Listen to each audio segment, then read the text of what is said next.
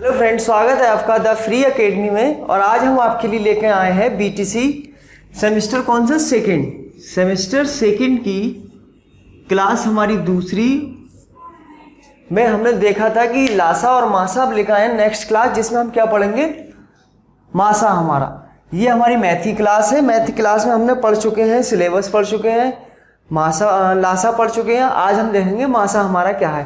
देखो मासा क्या होता है, पहले तो मासा समझते हैं। मासा को हम अगर विस्तार देखें तो हमारा आता है महत्तम समवर्तक। महत्तम समवर्तक का अर्थ होता है, इंग्लिश में बोलते हैं highest common factor. Highest common factor कहते कैसे हैं इसको, देखो इसमें पहले तो होता है हमारा, अगर हम समापवर्तक का अगर संधि विच्छेद करें तो हमारा क्या आएगा, समान और साथ में अपवर्तक। महत्तम तो हमारा अलग है, अभी देखते हैं। इसमें हम पढ़ेंगे पहले अपवर्तक को, फिर समान अपवर्तक को, फिर महत्तम समवर्तक को। अब पढ़ते हैं इसमें अपवर्तक का क्या अर्थ है। तो अपवर्तक का अर्थ है कि पूरा पूरा विभाजित करने वाला।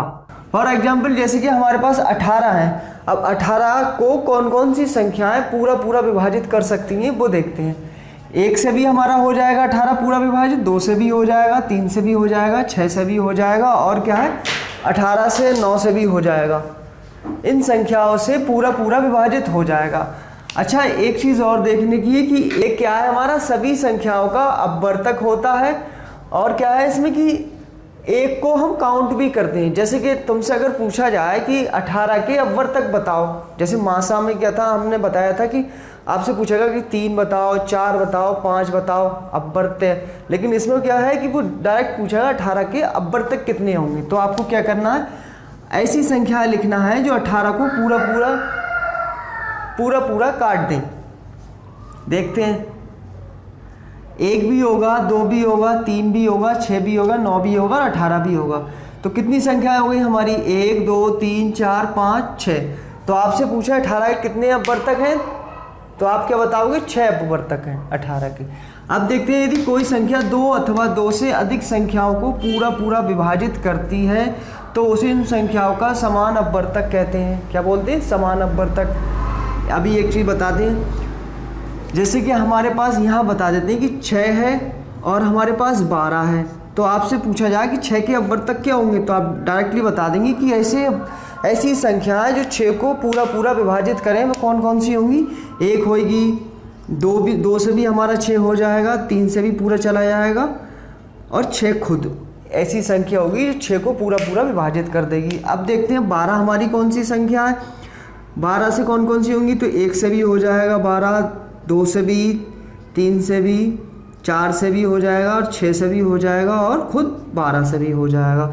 तो इसमें हमें क्या बताना है, समान अपवर्तक बताने हैं कि दोनों संख्याओं में हमारे समान अपवर्तक कौन से होंगे।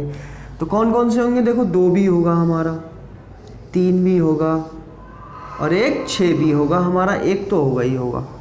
तो ये हो गए हमारे समान अपवर्तक, है ना। अब हमें बताना है इसमें क्या कि महत्तम समवर्तक बताना है, कि हाईएस्ट, कि इन सब संख्याओं में अगर आपसे पूछा जाए कि 6 और 12 का मासा या महत्तम समवर्तक बताइए, तो आप कैसे बताओगे। देखो 1 से भी हो रहा है हमारा, 2 से भी दोनों संख्याएं कट रही हैं, 3 से भी दोनों संख्याएं कट रही हैं, और 6 से भी दोनों संख्याएं कट रही हैं। लेकिन हमें बताना क्या है कि उस बड़ी से बड़ी संख्या को जो 2 या 2 से अधिक संख्याओं में से प्रत्येक को पूरा पूरा विभाजित करे, महत्तम समवर्तक कहलाती है, या कहलाती है। तो कैसे कहलाएगी, देखो अब जैसे हमारे पास ये सारी संख्याएं दी हुई हैं। अब आपको क्या बताना, बड़ी से बड़ी बताना है। तो देखो 1 तो होगी, 2 भी होगी, 3 भी होगी, 6 भी होगी। तो ये तो समान अपवर्तक हो गए। लेकिन इनमें सबसे बड़ी कौन सी है, हमारी 6 है। तो ये 6 हमारा क्या होगा,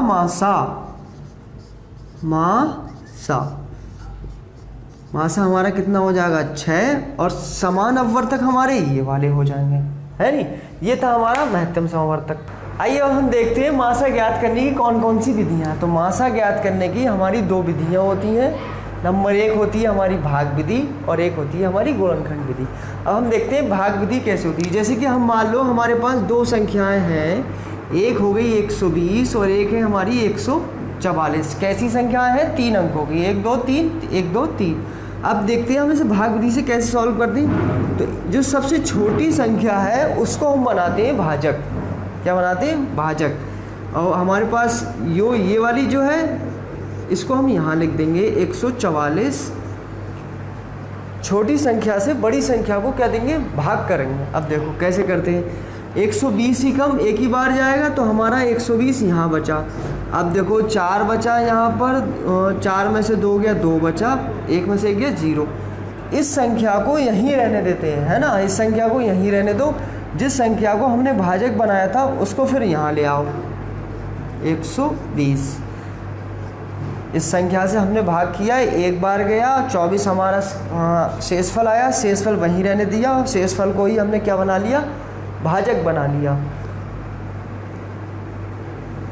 अब फिर इस संख्या से इसको भाग दो, 24 पंजे 120। ये हमारी मासा ज्ञात करने की सबसे अच्छी विधि है, भाग विधि। 0 बच गया हमारे पास। जब 0 आ जाए हमारे पास, जब तक 0 नहीं आता, मान लो यहाँ पर आ जाता 12, एक सेकंड, मान लो कि 12 आ जाता तो हमें फिर 24 को फिर लेना पड़ता है यहाँ पर, फिर हमें भाग करना पड़ता, तो हमारा क्या आ जाता? 0। जब तक 0 नहीं आता तब तक हम ये प्रोसेस करते रहेंगे, यही कि भाजक को पहले जो शेषफल आया उसको भाजक बनाएंगे, फिर उसको आगे ले लेंगे। लेकिन हमारा शेष 0 कहाँ पर आ गया? शेषफल यहीं आ गया। तो हमारा जो मासा था, जो मासा आया हमारे पास कितना आया? ये वाली जो संख्या है हमारी भाजक, जो लास्ट जिस संख्या से हमारा शेषफल 0 हो जाता है वही हमारा क्या होता है? मासा होता है। तो 24 हमारा क्या हुआ? मासा हो गया। यही हमारा आंसर हो गया 24।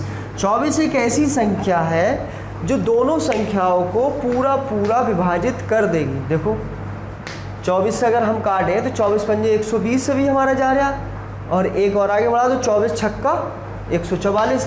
24 हमारी कैसी संख्या है? इन दोनों संख्याओं को पूरा विभाजित कर रही है। अच्छा, आपने सोचा होगा कि 12 भी तो हो सकती है। 12 हो सकती है, 12 भी हमारी चली जाएगी। 12 धाम 120 और तुम्हारा 12 12 144। लेकिन 12 क्या है? हमें क्या लेना है? बड़ी से बड़ी संख्या लेना है नहीं? तो बड़ी से बड़ी संख्या तो हमारी 24 ही है। 24 ही हमारा मासा होगा ये भी, लेकिन ये हमारा मासा नहीं हो सकता। तो इसे हम रफ कर देंगे और यही हमारा आंसर हो जाएगा। अब हम देखते हैं गुणनखंड विधि। गुणनखंड विधि में वही पुरानी वाली ट्रिक करेंगे। 144 और 12 दोनों के फैक्टर निकाल लेंगे। जब फैक्टर निकालेंगे तो हमारे आगे देखो 120 से पहले हम काटते हैं तो किससे चला जाएगा? 2 से चला जाएगा। इस तरीके से 60, फिर 2 से चला जाएगा 30, फिर 2 से चला जाएगा 15, फिर 3 से और फिर 5 से। तो हमारे क्या क्या है? 2 गुणा 2 गुणा 2 गुणा 3 गुणा 5। अगर हमारे पास 144 होता तो कैसे होते?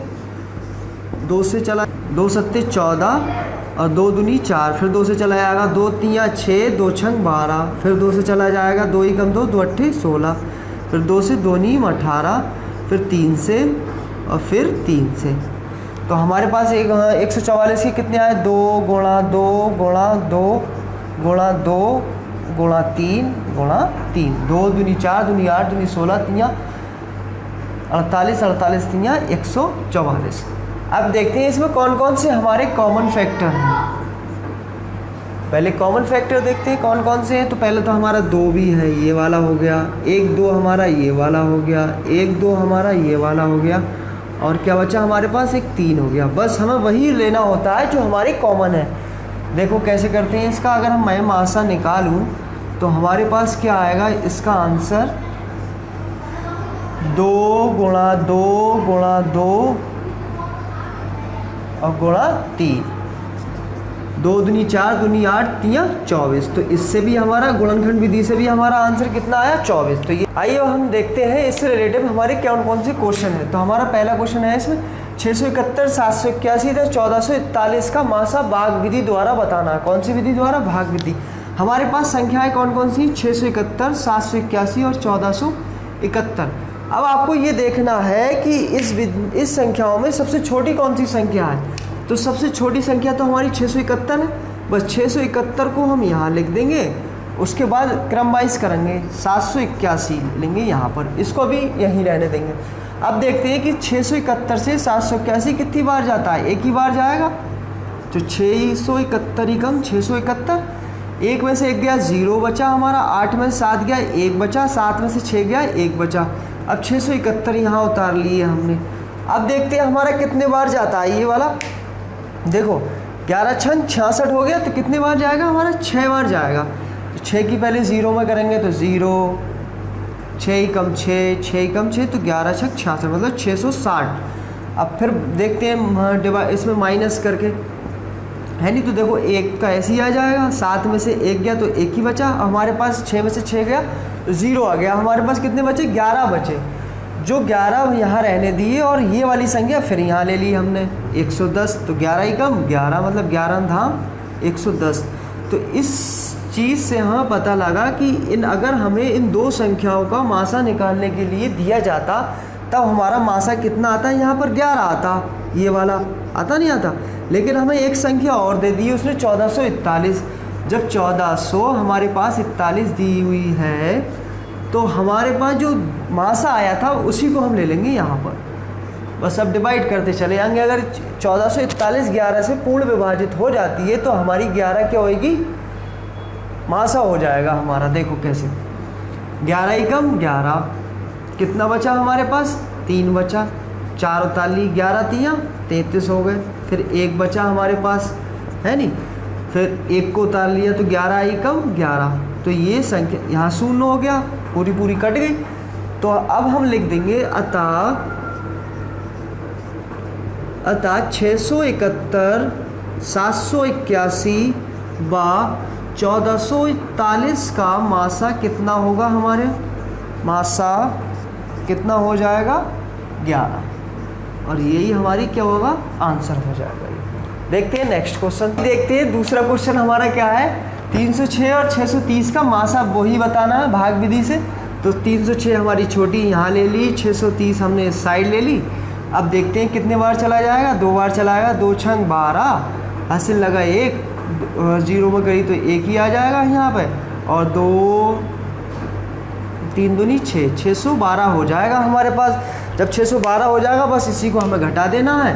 देखो यहाँ बचे हमारा 0 है तो यहाँ 10 हो गए, 10 में से 2 गए तो 8 बचे, यहाँ 2 रह गए, 2 में से 1 गया तो 1 बचा, 6 में 6 गया 0 बचा, 306 को उठा लिया।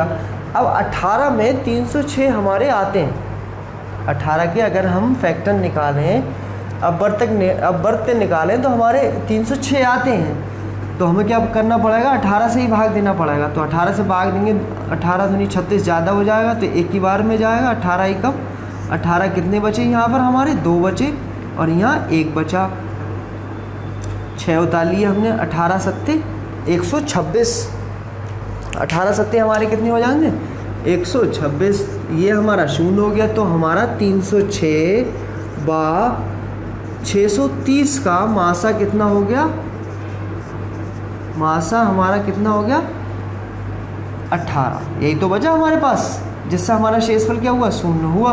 तो यही हमारा क्या होगा, आंसर हो जाएगा हमारा। आइए अब हम देखते हैं बीजीय बीज गणितीय व्यंजक में अगर वो आपसे पूछने लगा कि मासा बताओ तो अब आप कैसे निकालेंगे। तो आप देखते हैं ये हमारी संख्या क्या है, व्यंजक हमारा x y प्लस जेड। एक तो हमारा ये है और दूसरा हमारा है y जेड प्लस वाई है, तो हम कुछ सीधा कर लेंगे, y प्लस जेड कर लेंगे। अब देखो इसमें दोनों में कॉमन कौन सी संख्या हो गई हमारी, ये वाला व्यंजक हो गया।